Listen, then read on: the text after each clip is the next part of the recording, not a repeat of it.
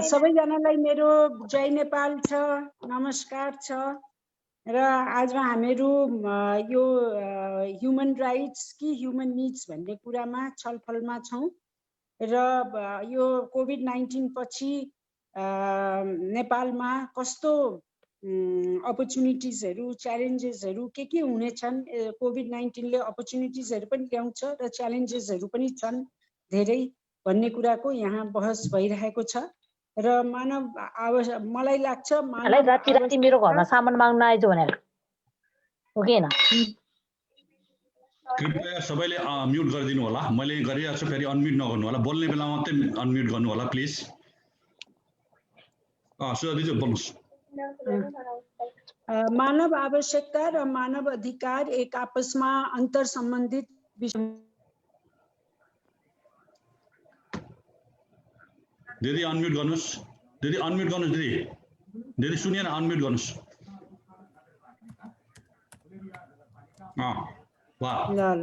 Sorry. मानव आवश्यकता र मानव अधिकार एक आपसमा अन्तर सम्बन्धित विषय हुन्। मानव आवश्यकता भन्ने बित्तिकै हामी बाँच्नको निम्ति चाहिने आधारभूत वस्तुहरू जस्तै बास, कपास, एजुकेसन, स्वास्थ्य, शिक्षा र उचित वातावरणको प्रसंगहरू आउँछन् भने मानव अधिकार चाहिँ कुनै निश्चित समुदाय, देश वा परिस्थिति अनुसार फरक हुन सक्दछ। र मानव अधिकारको विश्वव्यापी मान्यता अनुसार जस्तोसुकै विषम परिस्थितिमा पनि मानिसले उसका आधारभूत आवश्यकताहरू सहज रूपमा प्राप्त गरी बाँच्न पाउनु पर्दछ।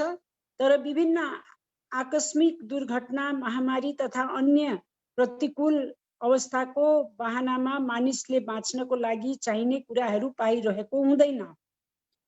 अहिलेको कोभिड महामारीको बीचमा पनि हामीले स्वास्थ्यसँग सम्बन्धित आधारभूत कुराहरू जस्तै सुलभ रूपमा स्वास्थ्य जाँच तथा उचित उपचार सहज रूपमा पाइरहेको छैनौँ। आम नागरिकको आधारभूत आवश्यकतासँग जोडिएका र नैसर्गिक मानव अधिकारसँग पनि सम्बन्धित यस्ता विषयहरूमा सरकार अझै बढी जिम्मेवार भई प्रस्तुत हुनुपर्छ। अधिकांश विकसित देशहरूले समेत अहिलेको महामारीको समयमा भनौँ न मानिसको आधारभूत आवश्यकताहरू परिपूर्ति गर्न गाह्रो परिरहेको छ। उनीहरूले पनि सकिरहेको छैन परिपूर्ति गर्न भने अरू मानव अधिकारका विषयहरू त झन् ओझेलमा परेका छन्। अझै झन् विकासशील मुलुकहरूको अवस्था झन् दर्दनाक छ। मानिसहरूका आधारभूत आवश्यकताका कुराहरू उपलब्ध हुन नसक्नुको मुख्य कारण आर्थिक अवस्था नै हो। जब प्रत्येक मानिस आर्थिक रूपमा सबल हुन्छ अनि मात्र उसले आफ्ना आवश्यकताहरू पूर्ति गर्न सक्छ र उसले आफ्नो परिवारको, समाजको तथा राष्ट्रको समग्र मानव अधिकारको थप सुधारको लागि पहल पनि गर्न सक्छ। नेपाल लगायत साउथ एसियन देशहरू तथा अन्य अफ्रिकन मुलुकहरू आज पनि चरम गरिबीबाट गुज्रिरहेको छ। यी देशहरूमा मानव अधिकारका चर्का बहसहरू भइरहेको छ। ठूला मानव अधिकार सम्बन्धी कानुन बनेको छन्। धेरै मानव अधिकार सम्बन्धी गोष्ठीहरू तथा अन्य दस्तावेजहरू बनेको, तर आम नागरिकहरू अझै पनि कसरी बिहान बेलुकाको गुजारा चलाउने, बिरामी हुँदा सामान्य सिटामोलहरू पनि कसरी पाउने भनेर जीवन बिताउन चाहिँ नि विवश छन्। त्यसैले मानव अधिकारका चर्का कुराहरूमा भन्दा मानिस बाँच्नको लागि जरुरी आधारभूत आवश्यकता पुर्याउनु पहिलो प्राथमिकता हो। र अर्को एउटा सानो म भन्न चाहन्छु, अहिलेको कोभिड महामारीले हामीहरूलाई के सिकाएको छ भने अब हामी पहिलेको जस्तो प्रणाली तथा संयन्त्रबाट नयाँ चुनौतीहरूलाई सामना गर्न सक्दैनौँ।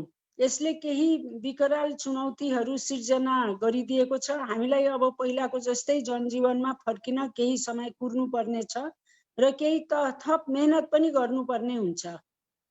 स्वास्थ्यमा मात्र समस्या नभएर यसले आर्थिक, सामाजिक, शैक्षिक तथा अन्य सबै क्षेत्रमा असर देखिन थालेको छ है। अब 1930 मा भएको आर्थिक जुन महामन्दीपछि यो चाहिँ नि अहिले त्यस्तिकै ठुलो आर्थिक सङ्कट देखिने सम्भावनाको प्रक्षेपण भइरहेको छ। नेपालको आर्थिक संरचना मुख्यतः रेमिटेन्स, पर्यटन तथा कृषिमा आधारित छ। कोभिड महामारीका कारणले धेरै नेपाली युवाहरू आफ्नो रोजगार गुमाएर फर्किने सम्भावना छ। पर्यटन व्यवसाय पनि धाराशायी हुने ठुलो सम्भावना छ, जसमा आश्रित धेरै जनशक्ति बेरोजगार हुने सम्भावना छ। अन्य कल कारखाना, यातायात लगायत साना तथा मझौला पेशा तथा व्यवसाय सङ्कटमा पर्दैछन्। फलस्वरूप देशको समग्र आर्थिक गतिविधि नै चलायमान हुन नसक्ने अवस्था मतलब अहिले देखिएको छ। यो सँगसँगै यो सङ्कटकाल हामीहरूले केही अवसरको रूपमा पनि प्रयोग गर्न सकिने सम्भावनाहरू छन्। हाम्रो अर्थतन्त्रको मुख्य हिस्सा उत्पादनमुखी नभएर रेमिटेन्समा आधारित ज्वालामुखी अर्थतन्त्रको तसर्थ यो दिगो विकल्प होइन। यस्तो प्रकृतिको अर्थतन्त्र जुनसुकै बेला पनि धराशायी हुने ठुलो जोखिम हुन्छ। यो रेमिटेन्स चाहिँ नि एभर लास्टिङ यो हुन सक्दैन। यसको विकल्पहरू हामीले खोज्नै पर्छ, त्यसमा मात्रै निर्भर गरेर हुँदैन। त्यसैले धेरै युवाहरू जो आफ्नो रोजगारी गुमाएर वैदेशिक रोजगारबाट फर्किँदै हुनुहुन्छ, उहाँहरूलाई उद्यमशील बन्न प्रेरित गर्ने र उत्पादनमुखी अर्थतन्त्र निर्माण गर्न लाग्ने यो ठुलो अवसर पनि हो, जसले हाम्रो देशको दिगो आर्थिक विकासमा टेवा पुर्याउँछ। देशमा भएका विभिन्न प्राकृतिक स्रोत र साधनहरूको समुचित उपयोग गर्ने, वैज्ञानिक कृषि प्रणाली लागू गर्ने र अन्य उत्पादनमा आत्मनिर्भर हुने यो राम्रो अवसर पनि हो। अहिलेतिर देशमै बेरोजगारी युवाहरूको सङ्ख्या धेरै छ र त्यसमा पनि निर्माणमुखी तथा अन्य क्षेत्रमा धेरै विदेशीहरू आएर काम गरिरहेको अवस्था छ। तसर्थ ती क्षेत्रहरूमा पनि नेपाली नागरिकहरूले नै काम गर्ने वातावरण बनाउने यो नै उपयुक्त समय हो।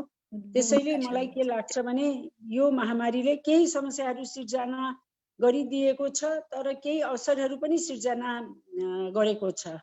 धन्यवाद।